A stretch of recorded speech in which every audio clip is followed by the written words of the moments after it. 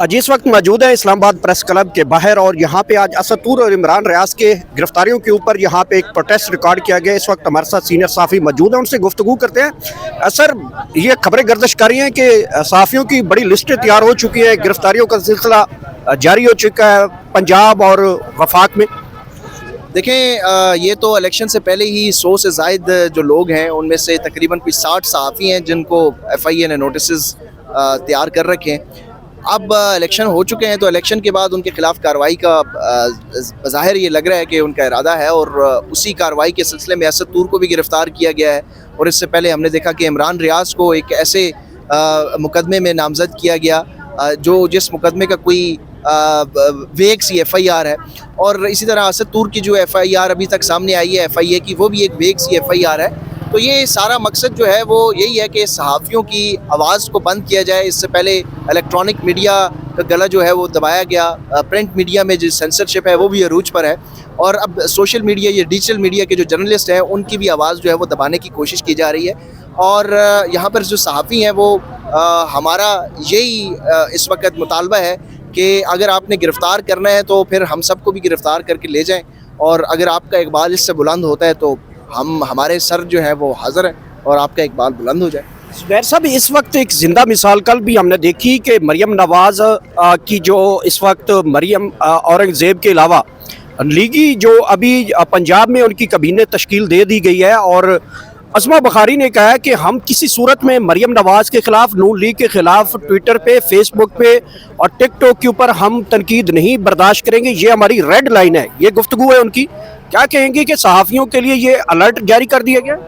देखें जी, इससे पहले भी बहुत सारे लोगों ने रेड लाइंस जो है वो लगाई थी और कहा था कि ये हमारी रेड लाइन है। रेड लाइन इस मुल्क का आइन है और इस मुल्क का कानून जो है वही रेड लाइन है। उससे ज़्यादा ना कोई बालातर है, ना कोई सियासतदान बालातर है, ना कोई और शख्स जो है वो ये समझते हैं कि वो रेड लाइन है तो वो उसकी खाम ख्याली है। पाकिस्तान में रेड लाइन जो है वो कॉन्स्टिट्यूशन ऑफ पाकिस्तान है, आइन पाकिस्तान है, और उससे बालातर कोई भी नहीं है। सर, मुतलका जो इस वक्त अदालतें हैं, जिस तरह से वहाँ पे आजकल इंसाफ देखे जा रहे हैं, अगर कोई गिरफ्तारी होती है तो क्या अदलिया जो है आज़ादी राय के साथ खड़ी होती नज़र आ रही है? देखें, अदलिया अगर आज़ादी इज़हार राय के साथ खड़ी होती तो गुज़िश्ता 2 सालों से जो कुछ हो रहा है सहाफ़ियों के साथ और जमहूरियत के साथ जो कुछ हो रहा है वो ना होता।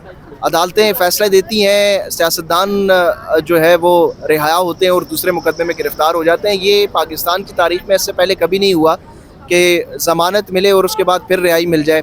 और अदलिया की जो वक़्त है वो इतनी कमज़ोर कर दी गई है कि सिंध हाई कोर्ट ने ट्विटर को बहाल करने का हुक्म जो है वो तकरीबन 6 रोज़ हो चुके हैं दिया हुआ है, लेकिन अभी तक पाकिस्तान में जो इक़्तिदार में लोग हैं वो अभी तक सिंध हाई कोर्ट के उस हुक्मनामे के ऊपर अमल दरामद नहीं कर रहे और उन्होंने एक जूते की नोक के ऊपर रखा हुआ है। तो इस वक्त ये अदलिया के भी जो ताज़ीम है और जो अदलिया का वक़ार है, उनको भी ये सोचना चाहिए कि अगर इस तरह उनके हुक्मनामे को बेवक़्त किया गया, उनके ऊपर अमल दरामद नहीं हुआ, मुसलसल जो है वो तौहीन अदालत हो रही है, तो फिर आपने ख़ुद डिसाइड करना है कि आपने इदारों को किस तरफ लेके जाना है। ज़ुबैर साहब, आखिरी सवाल है, अगर हक सच की आवाज़ मुआशरे में बंद कर दी जाए या दबा दी जाए या सहाफ़ियों को गिरफ़्तार कर लिया जाए, उसके बाद मुआशरा कैसे दिखेगा, कैसे सुनेगा, और वो मुआशरा कैसे कंसीडर होगा? देखें, दुनिया की तारीख़ रही है कि कभी भी किसी भी मुआशरे में आवाज़ें जो है, मुखालिफ आवाज़ें जो है वो बंद करके किसी ने हुक्मरानी नहीं की।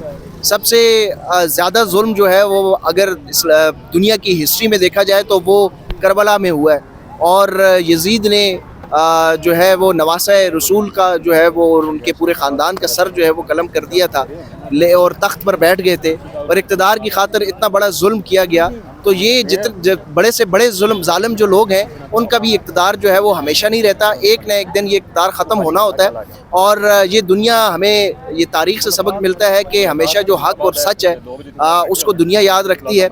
यजीद का नाम लेवा कोई भी नहीं है, और इमाम हसन और हुसैन का नाम जो है वो ता क़यामत इंशाअल्लाह रहेगा।